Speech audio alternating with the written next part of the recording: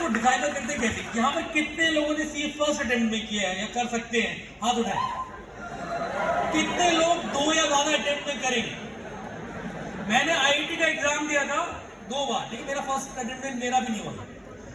Reality ये कि जब मैंने पहली बार एग्जाम दिया तो पेपर हमारा ऑब्जेक्टिव था, उसमें पीईटी के अंदर हम लोग मार्क करते थे। तो मैंने जाके सब में बी लगा के, मेरा बी फेवरेट वो होता था कैरेक्टर की, सेकंड 2 नंबर, तो सब में बी मार्क किया, नेगेटिव मार्किंग होती थी। मुझे आज भी याद है पहले अटेम्प्ट में पीईटी में नंबर बताते थे, आईआईटी में बताते नहीं थे। तो मेरे फर्स्ट अटेम्प्ट में मार्क्स आए थे मैथ्स में 0 on 300 एग्जैक्ट। फिर बहुत मेहनत करी, हार्डवर्क किया, परसिवर किया, रेजिलियंस सिखाया। अगले साल मैंने सेम एग्जाम दिया, मेरे 300 on 300 आए थे मैथ्स।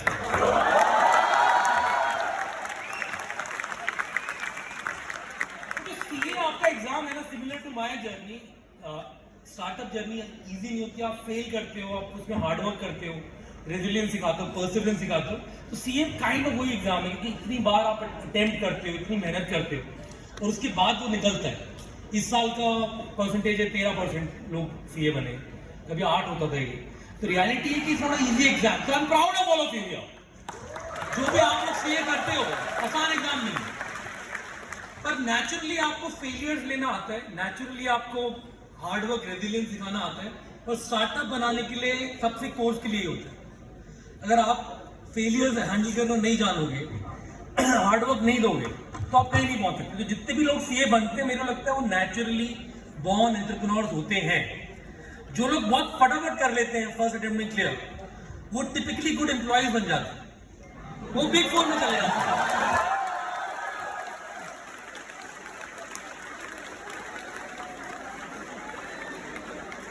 जब मैं भी हायर करता हूँ, मैं देखता हूँ यार ये टॉपर टाइप का लड़का है, मेहनत बहुत करेगा तो बढ़िया है, राइट? जो काम देंगे एकदम डिलीजेंटली करेगा, राइट? हम भी ऐसे हायर करते हैं। तो जो अपना सिस्टम होता है बेसिकली, वो क्या सिखाता है अपने को? बचपन से अपने को सोसाइटी सिखाएगी कि रिस्क नहीं लेना। हम लोगों ने कम्युनिटीज बनाई, हम लोगों ने बनाया सोसाइटीज, इस तरीके की फ्रेटर्निटीज विच मिटिगेट्स रिस्क। ह्यूमन जब बिल्कुल छोटे थे, हम लोग बिल्कुल छोटे, मतलब जनरेशन बैक 10,000 साल पहले लोग साथ में क्यों रहते थे? क्योंकि वो सेफ्टी होती थी, कोई जानवर आ गया। तो we have learned how to be safe all the time. Risk mitigation is natural to human beings. तो हम लोग क्या करते हैं लाइफ में, जब हमारे को पेरेंट्स भी बड़ा करते हैं तो वो रिस्क मिटिगेट करना सिखाते हैं बढ़िया से। एजुकेशन सिस्टम भी हमारे को रिस्क मिटिगेट करना सिखाता है कि आप ये डिग्री कर लो, आपकी अच्छी जॉब लग जाएगी, आप ये पढ़ लो, आपका ये हो जाएगा। जो मिसिंग लिंक रह गया अपने इंग्रेडिएंट, वो है कि रिस्क टेकिंग एबिलिटी चली जाती है। और एंटरप्रेन्योरशिप के लिए रिस्क टेकिंग एबिलिटी जरूरी है, बहुत जरूरी है। तो यहाँ पर सीएस जो होते हैं उनको तो और भी रिस्क लेने की इजाजत नहीं होती। तो ऑडिट करो, उसमें गलतियां निकालो और लकीर के फकीर बन के एकदम बताओ कि क्या करना चाहिए। एंटरप्रेन्योरशिप में थोड़े हैक मारने पड़ते हैं, स्ट्रेट लाइन की जर्नी नहीं मिलेगी। कभी ऐसे जुगाड़ लगेगा, कभी ऐसे जुगाड़ लगेगा, कभी ऐसे जुगाड़ लगेगा। तो while CAs are natural entrepreneurs, there is one thing we need to unlearn, which is risk taking and finding a way। आप स्टार्टअप करने जाओगे ना, आपको ऐसा नहीं मिलेगा एकदम प्रिस्क्राइब्ड वे, आपके आर्टिकल्स में ये लिखा हुआ है, आप उसकी बेसिस पे पढ़ो और स्टार्टअप बन जाएंगे। ऐसा होता तो हर कोई बना लेता। तो अपने को सीखना पड़ेगा कि जो सिचुएशन है उसमें प्रैक्टिकल थ्योरी, प्रैक्टिकलिटी में कैसे लगानी, विच इज एंटरप्रेन्योरशिप। और मेरा मानना यह है कि जिस दिन आप अपना खुद का पोटेंशियल अनलॉक करते हो, मैं कोई बहुत ब्रिलियंट बच्चा नहीं था पढ़ाई में, कभी भी ठीक था, ब्रिलियंट नहीं, मैं कभी टॉप नहीं करता था। आईआईटी में भी गया, मेरा 10 on 7 था, तो ऐसा नहीं था मैं वहां पर भी टॉपर था। बट मैं वहां पर क्या करता था, मैं बहुत सारी चीजें और करता था। आईआईटी दिल्ली में मैं अपनी बाइक लेके निकल जाता था, कभी मनाली, कभी नैनीताल। बहुत मैंने रोड ट्रिपिंग करी है वहाँ, बहुत सारे दूसरे कॉलेजेस में गया हूँ, लोगों से मिला हूँ। तो पीपल स्किल्स जो होती है वहाँ बिल्ड हो रही थी मेरी, मुझे पता नहीं था तब, मैं ज्वाइन द डॉट कर रहा हूँ पीछे। तो अगर मैं केवल एकेडमिक फोकस रहता तो मेरे को ये सब मौका नहीं मिलता। मैंने बहुत सारे चेस खेला वहाँ पर, कैरम खेला, रात रात हम कैरम खेला करते हैं अपने कॉलेज के अंदर, टीटी खेला करते रात भर। तो बहुत अलग टाइप का एक डायमेंशन था, कॉम्पिटिटिव स्पिरिट बनती जा रही थी, राइट? मुझे तब नहीं पता था कि ये आगे हेल्प करेगी मेरी। बट आप लाइफ को लुक बैक करते हो, जो भी आप यहाँ आज कर रहे हो, जो भी एक्सपीरियंसेस आप गेन कर रहे हो, वो कहीं ना कहीं आपके लाइफ के अंदर कहीं काम आने वाला। तो life is not only about academics, actually it's more about learning new experiences. और कोई ना कोई एक्सपीरियंस जो आप आज गेन करोगे वो कहीं ना कहीं आगे काम आने वाला, वो आपको पता नहीं आज। तो मौका अभी आपके पास है कि नई चीजें सीखो, अपार्ट फ्रॉम, और मैं तो कहूँगा जैसे मैंने इस एज में भी एक नया स्पोर्ट पिक किया, मैं टेनिस सीख रहा हूँ आजकल, तो सीखने की कोई उम्र भी नहीं होती. You can learn any skill, any game at any age, but that will basically give you some new thing, perspective which will help you later. जैसे मैं टेनिस में क्या करता हूँ आजकल, टैपिंग करता हूँ मुझसे, तो मेरी खुद की जो कंसंट्रेशन है in my own work has increase significantly. तो कुछ एक्टिविटीज ऐसी होती है जो आपको पता नहीं होता, बट वो आपको हेल्प कर रही होती है आगे. अब आते हैं जब एस्टैब्लिश कर लिया कि सीए नेचुरल एंटरप्रेन्योर होते ही, एस्टैब्लिश है कि नहीं? yes, सब लोग हो एंटरप्रेन्योर यहाँ पर, बहुत बढ़िया. तो अब बात करते हैं कि ये एंटरप्रेन्योरशिप की जर्नी चालू कब करनी चाहिए, what is the right time, कब स्टार्टअप करें कब नहीं करें. बहुत कंफ्यूजिंग वो है, मतलब राइट कि करना चाहिए, थोड़ा नौकरी कर लेते हैं, फिर देखें या अभी चालू कर दें. तो इसका आंसर बहुत ईजी है, there is no right time. The calling will come from inside. आपके अंदर से आएगा कि यार मैं इतना स्ट्रांगली फील कर रहा हूँ, इसके लिए मेरे को और कुछ नहीं करना, मेरा मन है वैसे करना. एक चीज मैं तुम्हारे बताता हूँ, तुम सीए बन गए हो तो नौकरी दोबारा कभी भी मिल जाएगी, गारंटी नहीं, क्योंकि तुम इतने क्वालिफाइड हो, you are part of life 0.2% of the society of the country. तुम्हारे को नौकरी तो मिल ही जाएगी. तो उसका ही पर साइड रखते हैं कि नौकरी मिलेगी कि नहीं मिलेगी. तो नौकरी तो सेफ हेवन है, जो कि आप डिग्री के थ्रू अपनी काइंड ऑफ अश्योर कर ही लेते हो. जितना दूर जाके करोगे स्टार्ट, उतना मुश्किल होगा, क्योंकि सैलरी बढ़ जाएगी.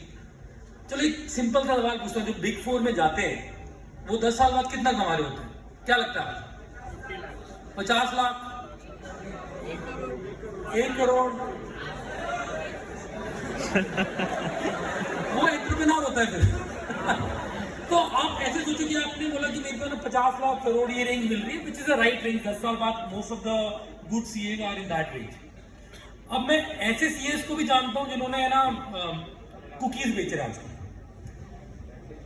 मैंने इन्वेस्ट किए कैसे उसमें, राइट, और उनकी कंपनी की वर्ती हो चुकी 30 करोड़, 30 करोड़ में भी पैसा उठा रहे. रियलिटी ये है कि अगर आप मुझसे पूछोगे ना आउटकम अच्छा क्या होगा, आउटकम अच्छा वो होता है जहां पर आपका मन लगे, दिल लगे, आपको मजा आ रहा था, काम काम ना लगे. आप जब सुबह उठते हो तो लगना चाहिए यार आज फोड़ेंगे. तो कितने लोग जो ऑडिट करते हैं बोलते हैं यार आज ऑडिट में फोड़ेंगे.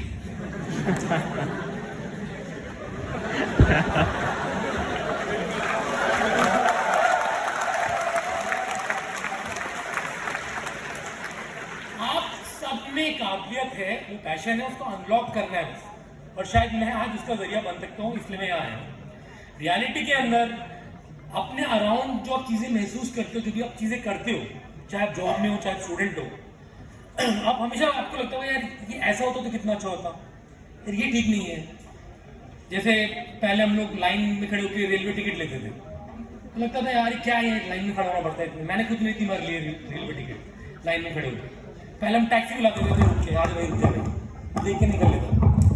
लगता था यार ये कैसी जिंदगी है. फिर किसी ने बोला यार कि एक नया जीवन हो सकता है, एक नई तरीके की एक्सपीरियंस हो सकता है. तो ऊबर बनी, IRCTC पे रेलवे टिकट मिलने लगे, बहुत सारी ट्रैवल साइट्स आई. रियलिटी में somebody थॉट कि यार ये ठीक नहीं है.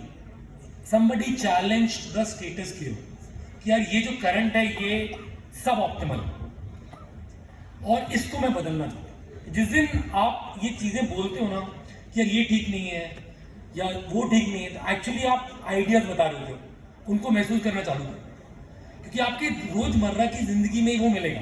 मेरे केस में मैं गाड़ियों का बहुत शौकीन हूँ. तो मैं गया था ऑटो एक्सपो 2008 में, प्रगति में था, बहुत सारी गाड़ियाँ मिली. फिर मैं जाके ऑनलाइन ढूंढना चालू किया, मुझे मिला ही नहीं इन्फॉर्मेशन जो मैं देख के आया था. तो मुझे लगा यार ये क्या बकवास है, मिल ही नहीं रही. और हम लोग तब तक कोई स्टार्टअप कंपनी थे नहीं, तो हमने बोला यार हम लोग ही बना लेते थे. तो हमने डिक्की में सारे ब्रोशर डाले और सारी गाड़ी ब्रोशर ला के 1 हफ्ते में साइट कोड कर दी. मैं प्रोग्रामर हूँ, मैंने प्रोग्रामिंग करी है 15 साल, तो 7 दिन में हमने साइट कोड करी, लाइव कर दिया.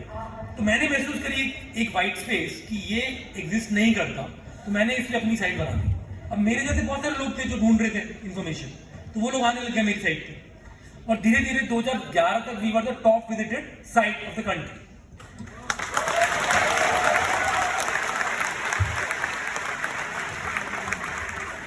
जब मैंने वो बनाया था मुझे भी नहीं पता था कितना बड़ा हो जाएगा. फ्रैंकली सपने बड़े थे हमेशा, पर ये नहीं पता था कि ये चीज इतनी बड़ी हो जाएगी. मैंने 10 स्टार्टअप किए क्योंकि मुझे नहीं पता था कि कौन सा बड़ा बनेगा, और 9 फेल भी हुए. तो जो फेलियर का जो मैं स्टार्ट किया था नेचुरल फेलियर, क्या नाम होता, जो नेचुरल फेलियर का मैंने स्टार्ट किया था ना, तो फेलियर में हर स्टार्टअप जो भी मैंने किया उसने मुझे कुछ सिखाया है। ऐसा कोई भी स्टार्टअप मैंने नहीं किया जिससे मेरे को समझ में नहीं आया कि ये गलती दोबारा नहीं करना। तो इंसान की फाउंडेशन उतनी स्ट्रांग होती है जितनी वो गलतियां करता है, उनसे सीखता है। तो startup is great place to learn, क्योंकि आप इतनी बार फेल होते हो, डेली फेल होते हो। तो अगर आप मेरी राय लोगे तो जितना लेट करोगे स्टार्टअप उतना मुश्किल होएगा करना, क्योंकि आप ईएमआई मान लोगे, होम लोन मान लोगे, अलग तरह की लाइबिलिटीज ले लोगे। जितना अर्ली कर लोगे ना उतना ही ज्यादा सीखने को मिलेगा, क्योंकि बाद में करने का मौका कम मिलेगा। बहुत कम लोग हैं जो बहुत लेट एज में जाके रिस्क ले पाते हैं। Between 20 to 30 in my view will be a great time, but many people I know personally have started in 40s and 50s and 60s also and have built great companies. So there is no right time, but this is risk free time, क्योंकि यह नौकरी दोबारा लगना बड़ा आसान होता है। Let's assume कि आप नौकरी करने जाते हैं और आपका मन एंटरप्रेन्योर बनने पर आप सोचते चलो यार नौकरी करके जाएंगे, तो great place to start would be a startup. अगर आपने बिग फोर ज्वाइन करी तो वहां से एंटरप्रेन्योरशिप के द्वार कम ही खुल पाते हैं, एम्प्लॉयमेंट के द्वार खुलते हैं। You have got great opportunities, बहुत सारे जगह पे पार्टनर बन सकते हो, बहुत सारी अपॉर्चुनिटीज खुलती है, बट वहां पर सैलरी इतनी हाई दे देते हैं कि रिस्क टेकिंग एबिलिटी उतनी कम कर देते हैं। तो जितना आपका रिस्क ज़्यादा होगा आप उतना कम लेने की कोशिश करोगे। यार मेरी 1 करोड़ की सैलरी है तो छोड़ा तो मेरी EMI ये वो ये सोचते रह जाओ। तो मेरा भी है कि जाओ ऐसे एनवायरनमेंट में जहाँ पर है ना आपको टैक्स एक्सपर्ट ना बना रहे हो, ऑडिट एक्सपर्ट ना बना रहे हो, आपको मल्टी डायमेंशनल ग्रूमिंग मिले, वो स्टार्टअप में मिलती है। जहाँ पर आपको बोलते हैं, जैसे मैं जब था तो मैं खुद ही अपनी झाड़ू भी लगाता था, मैं खुद ही अपना एडमिन भी था, खुद ही अपना HR भी था, खुद ही सेल्समैन भी था। तो उस प्रोसेस में जो मैं सीखा वो मैं कहीं नहीं सीखा लाइफ। मैंने खुद में जाके डीलर्स को पैक बेचे, उन्होंने 3-3 घंटे वेट कराया है और वहाँ से कंपनी यहाँ तक लाए गैरेज से लिटरली। रियलिटी के अंदर आप जब स्टार्टअप ज्वाइन करते हो ना बिल्कुल अर्ली स्टेज की, तो वहाँ पर जो आप सीख पाते हो वो कहीं नहीं सीख पाओगे। एक सेकंड दो। तो अगर करना है तो अपना को अनकंफर्टेबल पोजीशन में ले जाओ, और जब कोई बोले ना कि यार ये काम कौन करेगा, अगर आप किसी कंपनी में हो तो मोस्टली लोग सोचते हैं कि मेरे को आता नहीं, मोस्टली लोग हाथ ही नहीं खड़ेंगे। तो मेरी जो सबसे बड़ी राय है जिसकी वजह से मैं यहाँ तक पहुंचा हुआ है कि मैंने हमेशा हाथ खड़े मैं करूँ, मुझे आता भी नहीं तो भी मैं करूँ। तो मैं ऐसे ही TCS में मैंने ज्वाइन किया था, इन्होंने पोस्टिंग करनी थी बॉम्बे में, तो मेरे को जावा नहीं आती थी पर मेरे को जावा में प्रोग्रामिंग करनी थी। तो इन्होंने मेरे को डाला C++ में एक नॉटल सेंटर में इन बोरीवली। तो मुझे लगा यार कि मेरे को ये नहीं करना, मेरे को ना जावा प्रोग्रामिंग करनी है। तो एक कफ परेड में बहुत दूर मैं रहता था उसमें बोरीवली, कफ परेड में गया, वहाँ पर मैं किसी को भी नहीं आता था। मैं वहाँ चला गया कोल्ड कॉलिंग में, कोल्ड फैशन। मेरे पास पता लग गया कि यहाँ पर जो बॉस है, जो VP है, उसका नाम है बेराम सेठना। बोला यार इनसे मिलते हैं। तो मैं वहाँ गया रिसेप्शन पे, बोला कि इन्होंने बुलाया है। मैंने ये नहीं बोला कि मैं मिलना है, इन्होंने बुलाया है। तो उसने अंदर कॉल करके, उनको भी समझ में नहीं आया किसको बुलाया है, मैं अंदर चला गया। तो उन्होंने जावा आती, मैंने बोला कि मेरे को सर बोरीवली मिला है, मेरे को यहाँ पर आना है, जावा में मैं बहुत अच्छा प्रोग्रामर हूँ। उन्होंने पूछा जावा में प्रोग्रामिंग करी है? मैं सर मैं तो एक्सपर्ट हूँ जावा प्रोग्रामिंग का, मैं बहुत सारे प्रोजेक्ट बनाए, मैंने एक भी नहीं बनाया था। फिर बोला ठीक है, तो ये तुषार एक लड़का, कल आओ इंटरव्यू दो, आज वो आया नहीं है। तो एक रात थी मेरे पास, मैंने पकड़ के सारी थ्योरी पढ़ ली जितनी पॉसिबल थी। प्रोग्रामिंग तो नहीं कर सकते एक दिन के अंदर। फिर मैं उस बंदे से मिला तो उसने बोला कि देख तूने प्रोग्रामिंग नहीं करी, मुझे समझ में आ गया, पर फाइटर बहुत है, यहाँ तक पहुँच गया, तो एक मौका देते। And then there was no looking back. I became better programmer than 10 year experienced people in next 6 months.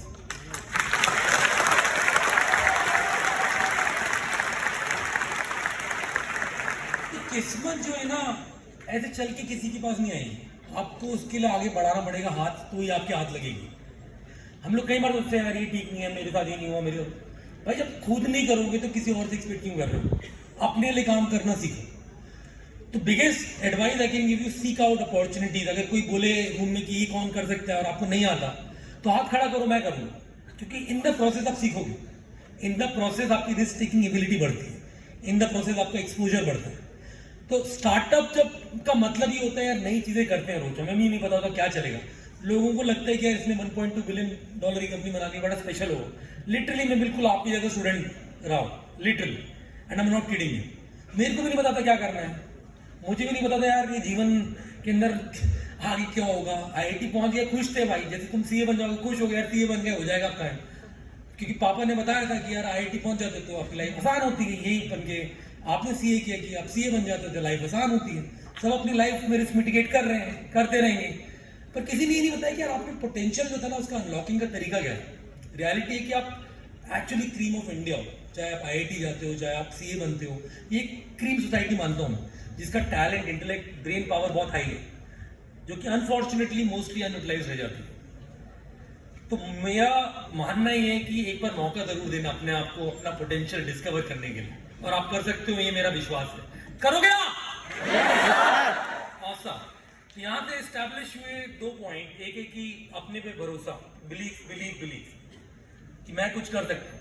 मैं यहाँ तक पहुंचा इसलिए कि मैंने हर बार ही सोचा है कि मैं कुछ कर सकता हूँ, अगर मैं सोचता नहीं तो मैं पहुंचता नहीं। फिर जब मैंने सोचा कि मैं कुछ कर सकता हूँ तो मैंने ये नहीं सोचा कि मैं छोटा सा कोई चाय की दुकान खोल सकता हूँ।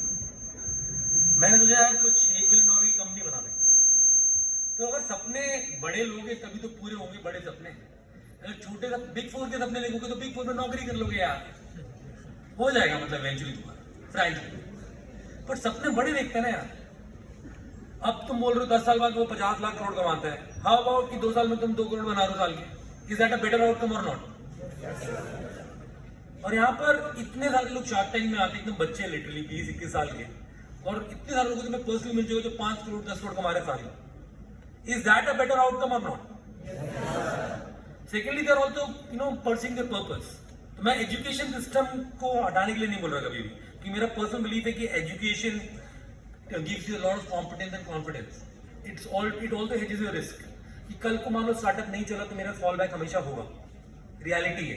तो मैं कभी भी ये नहीं बोलूँगा कि आपको ना सीए की डिग्री पे ध्यान नहीं देना, आपको सीए की डिग्री पे पूरा ध्यान देना है।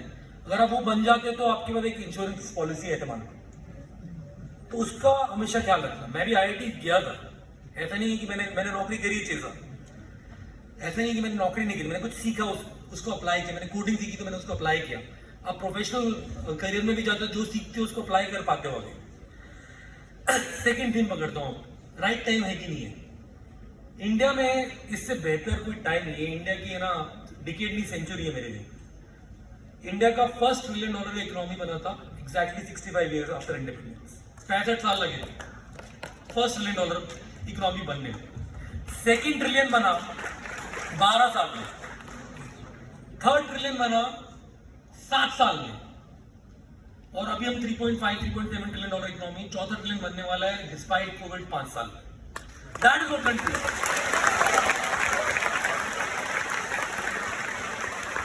अब इस इकोनॉमी का लिंक क्या है आपसे या स्टार्टअप से या एंटरप्रेन्योरशिप से? पर कैपिटा अपनी आ गई $2100, $2100 अपनी पर कैपिटा, अब जो कि फोरकास्टेड है in next few years will go to $3000, और इस फास्ट राइज भी कर रही economy.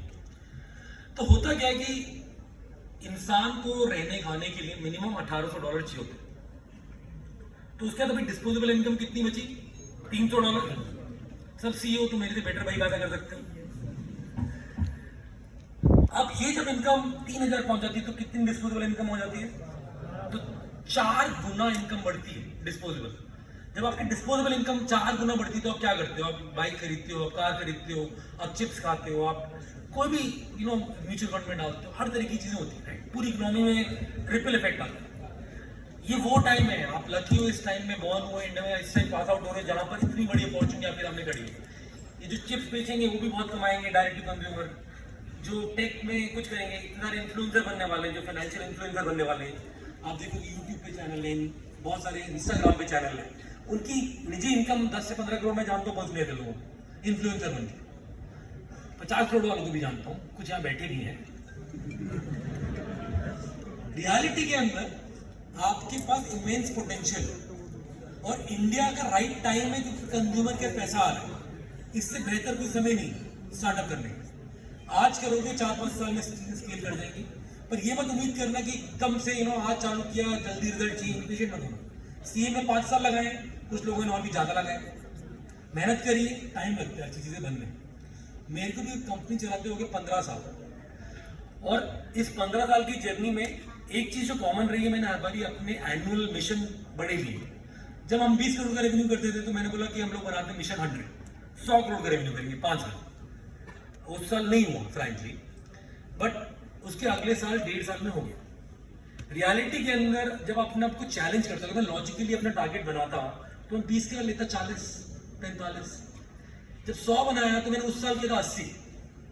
And that is the power of challenging your potential. तो अगर कर रहे हैं तो अपने अंदर ट्राई करके बोलो कि मैं कुछ बड़ा कर सकता हूं, अपने आप को मिशन दो। और वो मिशन केवल बोलने के लिए नहीं था, the whole organization was driven behind it, the whole team was believing in it कि हो जाएगा।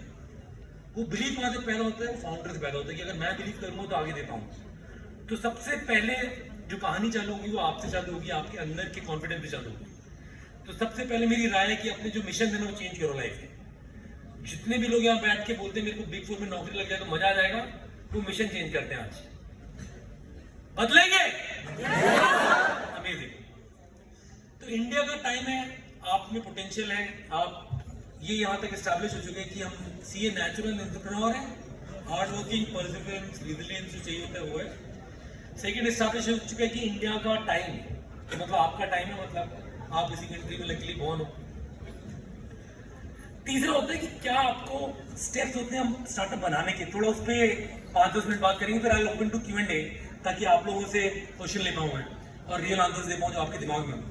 तो जब भी कोई स्टार्टअप चालू होती है ना तो एक आइडिया से चालू होती है सबसे पहले, और आइडिया वो जो आपको लगता है कि यार मैं इसके लिए स्ट्रांगली फील करता हूँ। अगर आप स्ट्रांगली फील करोगे तो आपको फिर क्या थकावट नहीं होगी काम करने में, पैशन आपके अंदर से आएगा।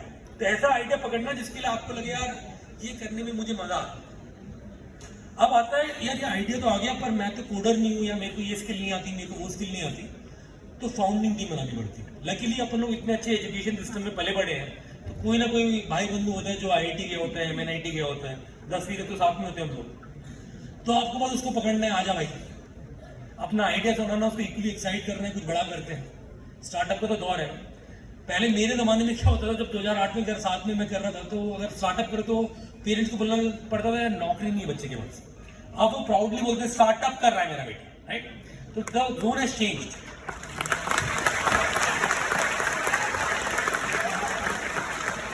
आप प्राउडली बोल सकते हो स्टार्टअप कर रहा हूं मैं, राइट? व्हिच मींस कि आप एक टीम बनाना, अगर आप टीम नहीं बना पा रहे, अगर आप मेरे को कई लोग मिलते हैं मेरे को, यार मैं टीम नहीं बना पा रहा, आइडिया तो बहुत अच्छा है, तो बोलते हैं यार जब तुम टीम नहीं बनाओगे तो स्टार्टअप कैसे बनाओगे? अगर तुम आइडिया में एक बंदे को कन्विंस नहीं कर पा रहे आप रिस्क लेने के लिए, तुम कन्विंस कैसे करोगे पब्लिक को तुम्हारा आइडिया यूज करने की? तो it start with you again. तो हमेशा मैंने ना प्रॉब्लम्स को इंटरनलाइज किया, which has been the key success का। मेरा मंत्र है कि अगर आप इंटरनलाइज करते हो कि हर चीज अपने में ढूंढते हो तो आपको सोल्यूशन मिलेंगे। अगर आप एक्सटर्नलाइज करोगे ना, जैसे मेरे मैनेजर ने मेरा अप्रेजल अच्छा नहीं किया, मेरे मैनेजर ने ये नहीं किया, मेरी कंपनी ने मेरे को ये नहीं किया, जब तक आप इस तरीके से सोचोगे या मेरे पापा मम्मी ने ये नहीं किया, तो भाई उनको इन्फ्लुएंस करना भी तो अपना ही काम है यार। तो it starts with you, start internalising all problems, and that's what I have done all my life. मैंने कोई भी प्रॉब्लम को एक्सटर्नलाइज आज तक नहीं किया। मैं बोलता हूँ अगर ये अचीव नहीं कर पा रहा, ये नहीं हो रहा, तो इसमें प्रॉब्लम मेरी।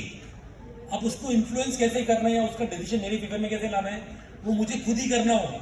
चाहे आप पापा मम्मी से नेगोशिएट करते हो अपनी पॉकेट मनी के लिए, या किसी से भी आप बाहर जाके नेगोशिएट करते हो, it's always something you have to influence the decision. तो स्टार्ट इंटरलाइनिंग। ये बोलना बंद करो यार पापा मम्मी समझते नहीं है, तो भाई जब तुम पापा मम्मी को तुम भी नहीं समझोगे, ट्रस्ट में। It's just a generation gap, but if you can influence the decision, you can influence outer world also. तो अपने around चीजें influence करना सीखो, that is the skill you will have to learn, and that will go a long way. That's in a way people leadership. और अपने दिल्ली में तो क्या होता था यार, अपने पास पैसे तो होते नहीं थे, तो किसी ना किसी को कन्विंस करना पड़ता था खाना कौन खिलाएगा आज। एज स्टूडेंट पैसे नहीं होते थे, तो वहां से सीख गए थे हम तो यार। यहाँ से लिफ्ट, हमारी बाइक भी नहीं होती थी तो लिफ्ट ही मांगते रहते थे।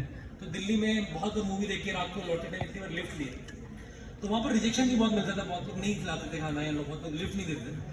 तो नेचुरली आपको ना एक्सपर्ट बनना होता है, नेचुरल तरीके की चीजें करना, तो अपने आपको थोड़ा अनकंफर्टेबल जोन में डालना। अगर तुम अपने पेरेंट्स के बहुत कुकून में हो या बहुत प्रोटेक्टेड एनवायरनमेंट में हो, जब नेक्स्ट फेज में जा रहे हो या इस टॉक के बाद, try exposing yourself to difficult situations, that में हेल्प। तो सेकंड स्टेप हो गया टीम बनाना। Coming back to the steps, team बन गई आपकी, अब तोड़ू टीम है आपकी, आप 2-3 लोग बैठो एक कमरे में, तो कोई बड़ा मिशन बनाना। यार स्टार्टअप कर रहे हैं ना, तो इससे ये बड़ा करेंगे, और आज की दुनिया ऐसी दिखती है, हमारे ये काम करने की दुनिया ऐसी दिखेगी। अगर तुमने जो भी काम करने की सोची है उसमें अगर स्केल 0 to 10 लो, अगर उसमें तुम 5 पॉइंट से एक्सपीरियंस ब्रेक कर दोगे तो स्टार्टअप सक्सेसफुल हो जाए। एग्जाम्पल के तौर पे जब कार देखो नहीं थी तो अगर किसी को ऑन रोड प्राइस देखना होता था गाड़ी का, तो वो डीलर की जाता था, उससे ब्रोशर लेता था, वहाँ लिख के लाता था, वो 4 डीलर के जाके 4 मॉडल का डिस्कवरी करता था। फिर हम ऑनलाइन आकर क्लिक पे मिलने लगे। तो आप अगर एक्सपीरियंस को रेट करो, फर्स्ट एक्सपीरियंस जब हर डीलर के जाना है प्राइस लेने 0 to 10 में, और दूसरे वाले को रेट करो तो क्या आप रेटिंग दोगे? फर्स्ट एक्सपीरियंस डीलर के जाकर के कलेक्ट करना है, क्या रेटिंग होगी आप? May be 1, may be 2, may be 3, may be 4, क्योंकि खुद मेहनत करनी पड़ रही है, उठ के जाना पड़ रहा है भाई अपनी। और उस टाइम तो बाइक होती है, तो गाड़ी पहले खरीद लो। सेकंड के अंदर आप एक क्लिक करते हो, प्राइस आ जाती है, रिव्यू आ जाते हैं, तो इसको आपने भी 8, 9 दे दो। तो अगर आप स्केल पे अगर 8, 9 और 2 दोगे तो 6 पॉइंट से ब्रेक कर दिया, तो आपने you just broke the experience by 5 point on a 10 point scale. आपका स्टार्टअप सक्सेसफुल हो जाएगा। आ रही बात समझ? डिसरप्शन करना है, इनोवेशन करना है। भले आप एक कुकी बना रहे हो, आप भले कॉर्नफ्लेक्स बेच रहे हो, पर उसका टेस्ट 10x बेटर करना, डिसरप्टिव रखना कि उसकी आदत लगे। It does not matter what field. अगर आपका कोई सोशल मीडिया इन्फ्लुएंसर चैनल है तो उसकी कंटेंट ऐसे रखना कि 10x बेटर हो बाकी किसी चैनल से। That's what is breaking. क्या आवाज है पीछे से? बताओ बताओ। आवाज नहीं आ रही है तुम्हारी। But disruption will be the key, कि तुम लोग कितना डिसरप्ट करोगे ऑन 10 पॉइंट स्किल एक्सपीरियंस को, वहां तक पहुंच पाओगे। आई थिंक मैं ना लास्ट अपना जो पॉइंट बोलूंगा वो है अपनी एजिलिटी रखना। जो भी काम करो उसके अंदर बार बार फेल होगी। फ्रैंकली मैं भी आज भी फेल होता हूँ, बट उससे सीखने को मिलता है। तो फेल फास्ट लर्न फास्ट मेरा एक मोटो रहा है लाइफ में, कि जो भी करूंगा ना उसको, अगर कोई बोलेगा 1 महीने की रिलीज साइकिल, मैं बोलूंगा यार 1 महीना तो वेट नहीं करना, कुछ ऐसा लाइव कर सकते जो 1 दिन में हो जाए।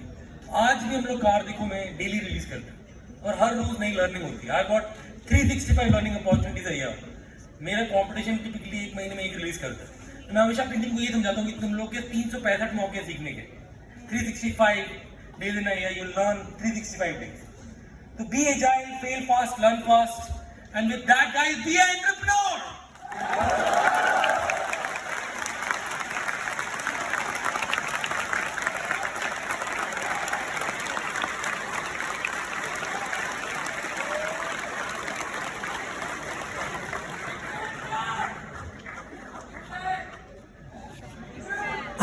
Thank you guys. अब मैं Q&A के लिए ओपन कर रहा हूँ। और मैं एक चीज बता देता हूँ, अगर मैं कर सकता हूँ तो इस रूम में बैठा हर बंदा कर सकता है। मैंने बहुत कोई एकेडमिकली ब्रिलियंट नहीं था आपके टाइप, मैंने बहुत बार फाइट मारी है यहाँ तक पहुंचने के लिए। मेरे पास कोई पापा की बैकिंग नहीं थी कि कोई बहुत रईस से, पापा रिजर्व बैंक में थे, दादाजी भी गवर्नमेंट जॉब में थे। विद दैट बैकग्राउंड अगर मैं कर सकता हूँ तो कोई भी इस रूम में कर सकता है, कोई भी।